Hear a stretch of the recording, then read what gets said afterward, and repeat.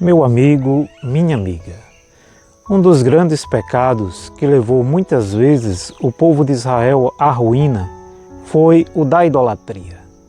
A idolatria tem levado ainda hoje muitas pessoas a se distanciarem do verdadeiro e único Deus. A palavra idolatria é constituída de dois termos gregos, eido e latreia. Eido significa ver, olhar, observar, imaginar, representar, assemelhar, parecer em forma de figuras. Latreia significa serviço sagrado, prestar culto ou adorar. Neste sentido, idolatria significa a adoração de algo ou alguém, tanto material ou imaterial, real ou imaginário. Idolatria é a adoração de ídolos. O que é um ídolo? A palavra ídolo em grego é eidolon, que significa fantasma, simulação, imagem, figura, retrato, representação de algo ou de alguém. O ídolo é tudo aquilo que substitui a Deus, que ocupa o lugar de Deus e a quem devotamos lealdade, honra, adoração e culto, que são devidos exclusivamente para Deus. Na Bíblia, vemos que os ídolos são representados por uma imagem de escultura ou de fundição. Aos ídolos são atribuídos poderes. Para eles são oferecidos cultos e sacrifícios. Muitos acreditavam que seus deuses habitavam dentro de uma imagem e que poderiam ser manipulados através de rituais e sacrifícios. Os profetas do Antigo Testamento combateram com todas as suas forças o pecado da idolatria. Para os profetas, os ídolos são inúteis porque são desprovidos de entendimento e compreensão. Escreveu o profeta Isaías no capítulo 44, versículos 17 e 18. Então, do resto, faz um Deus, uma imagem de escultura, ajoelha-se diante dela, prostra-se e lhe dirige a sua oração, dizendo: livra-me, porque tu és o meu Deus. Nada sabem, nem entendem, porque se lhes grudaram os olhos, para que não vejam, e o seu coração já não pode entender. Os profetas do Antigo Testamento zombavam dos ídolos. Eles chamavam os ídolos de Gelulim. Em hebraico, Gelulim significa bolas de esterco. O termo expressa o desprezo dos profetas pelos ídolos. A idolatria se manifesta no culto às imagens de escultura, quando as mesmas são tratadas como ídolos. O culto a essas imagens retira a honra que deve ser dada somente a Deus. Assim lemos em Isaías no capítulo 42, versículo 8: Eu sou o Senhor, este é o meu nome. A minha glória, pois, não a darei a outrem, nem a minha honra às imagens de escultura. Quando a Bíblia trata sobre a proibição da fabricação de imagens de escultura, não inclui qualquer imagem, mas aquela imagem que tem como finalidade representar o Deus invisível ou aquela imagem que é considerada um ídolo. A palavra de Deus não se contradiz. Se Deus tivesse proibido qualquer imagem, não teria ordenado para Moisés fazer uma serpente de bronze e também não teria ordenado que eu mesmo criasse as imagens de 2 querubins de ouro para o tabernáculo. Portanto, constatamos que o problema não consiste na imagem em si mesma, mas no uso que se faz dela. Quando a serpente de bronze passou a ser tratada como um ídolo, para quem se passou a queimar incenso, a mesma foi destruída. O uso da imagem de escultura como objeto de culto não tem fundamento nas Escrituras. A Bíblia proíbe o uso de imagens para adoração e culto. Em Êxodo, capítulo 20, versículo 3 a 5, está escrito: Não terás outros deuses diante de mim. Não farás para ti imagem de escultura, nem semelhança alguma do que há em cima nos céus, nem embaixo na terra, nem nas águas debaixo da terra. Não as adorarás, nem lhes darás culto, porque eu sou o Senhor teu Deus, Deus zeloso, que visito a iniquidade dos pais nos filhos até a terceira e quarta geração daqueles que me aborrecem. São inúmeros os textos bíblicos que combatem a idolatria. Um texto bíblico que apresenta de forma muito clara as características dos ídolos se encontra no livro do profeta Baruque. Convém lembrar que esse livro não foi aceito como inspirado por Deus pelos judeus do final do primeiro século depois de Cristo, nem pela Reforma Protestante. O livro de Baruque se encontra nas traduções da Bíblia da Igreja Católica Romana. Por isso, vou utilizar a tradução da Bíblia Edição Pastoral da editora Paulus. Vamos ler alguns versículos do livro de Baruque, no capítulo 6. Durante esse tempo, vocês verão na Babilônia deuses de prata, de ouro e de madeira, que costumam ser carregados nos ombros e provocam temor entre os pagãos. Cuidado para não ficarem vocês também parecendo com esses estrangeiros, nem se deixarem influenciar pelo temor desses deuses. Quando vocês virem as multidões ajoelhadas na frente e atrás deles, pensem dentro de si mesmos: é só a ti, Senhor, que devemos adorar. Como se faz com a moça que gosta de enfeites, pegam ouro e fazem uma coroa para colocar na cabeça de seus deuses. Eles enfeitam com roupas como se fosse gente a esses deuses de prata, de ouro ou de madeira. Mas eles não podem livrar-se da ferrugem nem do carruncho. Um deus fica com o cetro na mão, como se fosse na região uma autoridade, mas não é capaz de destruir quem o ofende. Outro tem uma faca ou machadinha na mão e não é capaz de se defender de inimigos ou ladrões. Da mesma forma como se fecham com segurança todas as portas por trás de alguém que ofendeu o rei e fica preso e condenado à morte, assim também os sacerdotes fecham os templos com portas, trancas e ferrolhos, para que seus deuses não sejam roubados por ladrões.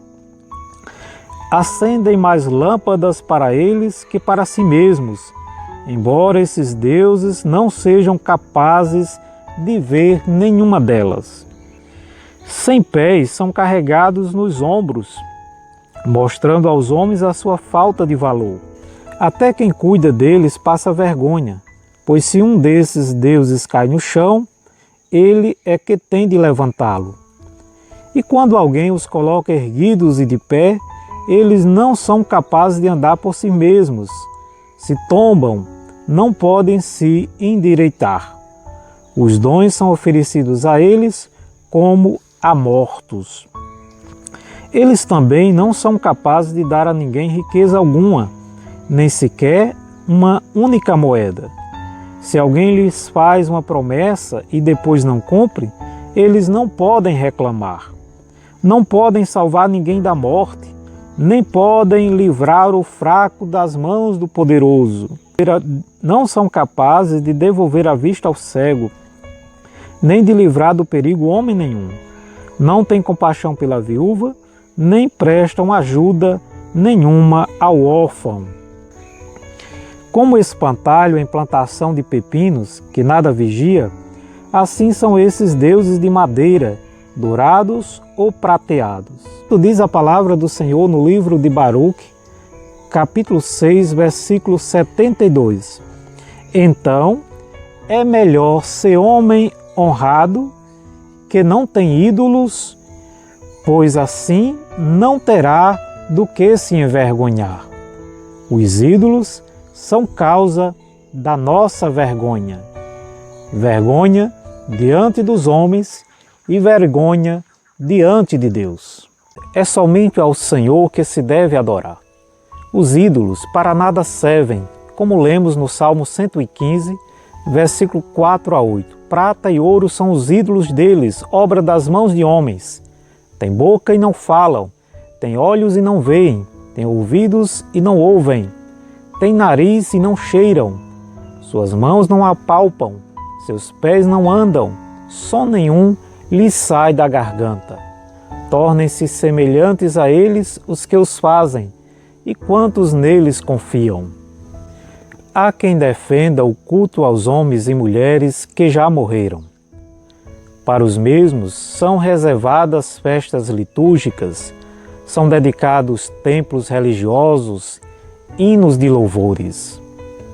Esses homens e mulheres são representados por uma imagem de escultura. Essas imagens são denominadas de sagradas, são usadas no culto, são incensadas, são carregadas em procissões, beijadas. Diante dessas imagens, muitos se inclinam e fazem orações, fazem promessas e ofertas em dinheiro.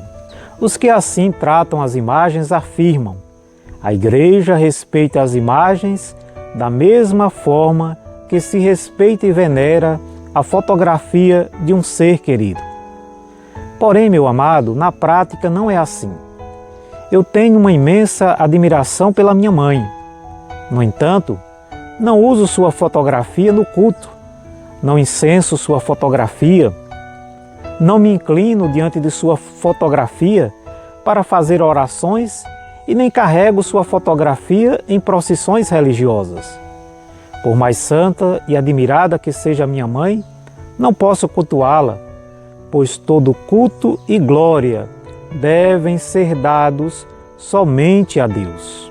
Os que prestam cultos para alguns homens e mulheres que já morreram, argumentam que existe uma diferença entre culto de idolia e culto de latria. Idolia seria uma espécie de serviço, de veneração, e latria, culto de adoração a Deus. A questão é que essa diferenciação não ultrapassa a esfera do conceito, pois na prática o culto de idolia, que é prestado aos santos, o de hiperdulia, que é prestado a Maria, e o culto de latria, prestado a Deus, eles se misturam e se confundem no ambiente religioso de quem defende o culto de veneração, ofuscando assim a centralidade da adoração a Deus. Além do mais, a Bíblia não apresenta essas diferenças de culto, dulia e hiperdulia dados para algumas criaturas, como ainda diz que todo culto deve ser dado somente a Deus. Vejamos o que diz Mateus no capítulo 4, versículo 8 a 10. Levou-o ainda o diabo a um monte muito alto, mostrou-lhe todos os reinos do mundo e a glória deles, e lhe disse: tudo isto te darei se prostrado me adorares.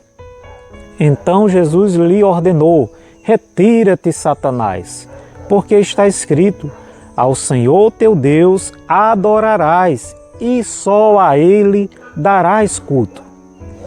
Veja que a proposta do diabo para Jesus é que ele se prostre diante dele. O termo prostrado que aparece no texto original é proskineses, que significa prostrar-se de joelhos em reverência, em respeito, em veneração. Ou seja, Jesus também rejeita qualquer postura de veneração que não seja ao Pai. A idolatria não engloba somente o culto de imagens, mas também envolve o apego ao dinheiro. O dinheiro é um grande e poderoso ídolo no tempo presente. Infelizmente, esse ídolo tem sido adorado em muitos templos que se denominam cristãos. Certa vez, dois amigos meus, um católico e outro evangélico, diziam que não se sentiam mais motivados para participarem dos cultos de suas igrejas, pois os seus líderes só estavam preocupados com dinheiro, com riquezas. De fato, quando entramos em muitos templos, o que vemos são cartazes, faixas, fazendo propaganda do dízimo. Seja dizimista.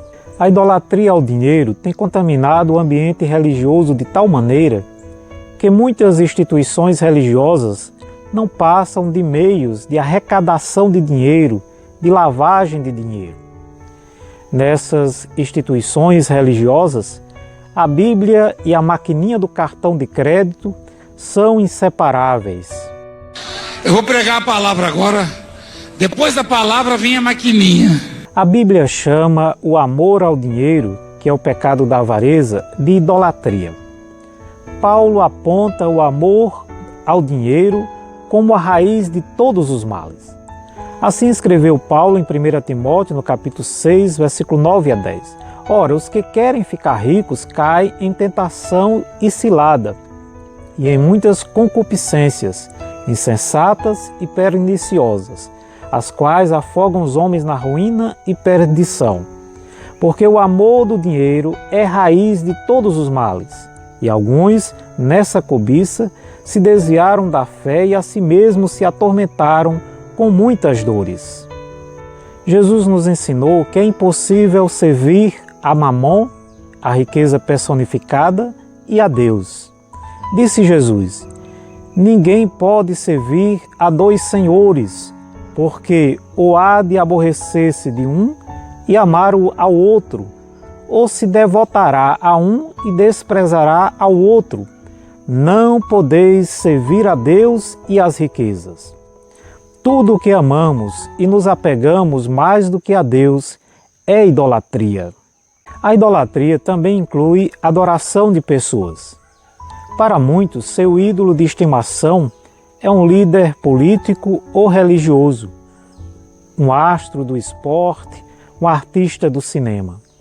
Seus ídolos são tão importantes que procuram imitá-los no comer, no vestir, no falar e reverenciá-los das mais diversas formas. A Bíblia também reprova a adoração de pessoas. Pedro repreendeu a Cornélio, que se inclinou diante dele em um gesto de veneração. Assim está escrito em Atos, capítulo 10, versículo 25 a 26. Aconteceu que, indo Pedro a entrar, lhe saiu Cornélio ao encontro e, prostrando-se-lhe aos pés, o adorou. Mas Pedro o levantou, dizendo: ergue-te, que eu também sou homem. A Bíblia proíbe a adoração a qualquer criatura, até mesmo a um anjo. Testemunha João em Apocalipse, capítulo 19, versículo 10. Prostrei-me ante os seus pés para adorá-lo. Ele, porém, me disse: vê, não faças isso, sou conservo teu e dos teus irmãos que mantêm o testemunho de Jesus. Adora a Deus, pois o testemunho de Jesus é o espírito da profecia. Talvez depois de tudo o que falei, alguém que vive em um ambiente onde existe a prática da idolatria diga: mas eu não pratico essas coisas. Não adoro imagens de escultura, não adoro dinheiro e tampouco adoro a homens e anjos. Embora alguém diga que não pratica qualquer ato de idolatria, torna-se cúmplice desse pecado quando não corrige o culto falso e não ensina o culto verdadeiro que se encontra nas Escrituras. Não basta você não praticar atos de idolatria. Convém que você deixe esses antros de idolatria. Diz a palavra do Senhor em Apocalipse, capítulo 18, versículo 4 a 5. Ouvi outra voz do céu dizendo: retirai-vos dela, povo meu, para não serdes cúmplices em seus pecados e para não participardes dos seus flagelos. Porque os seus pecados se acumularam até ao céu, e Deus se lembrou dos atos iníquos que ela praticou. Retirai-vos dela, sai dela, povo meu. É o convite que o Senhor faz através de sua palavra. O povo que pertence ao Senhor não tem outro Deus. Pessoas e objetos não podem ocupar o lugar de honra do nosso coração. Somente ao Senhor devemos obedecer, servir, glorificar, honrar e adorar. Porque, ainda que há também alguns que se chamem deuses, quer no céu ou sobre a terra, como há muitos deuses e muitos senhores, todavia, para nós, há um só Deus, o Pai, de quem são todas as coisas e para quem existimos, e um só Senhor, Jesus Cristo, pelo qual são todas as coisas e nós também por Ele. 1 Coríntios capítulo 8, versículos 5 e 6.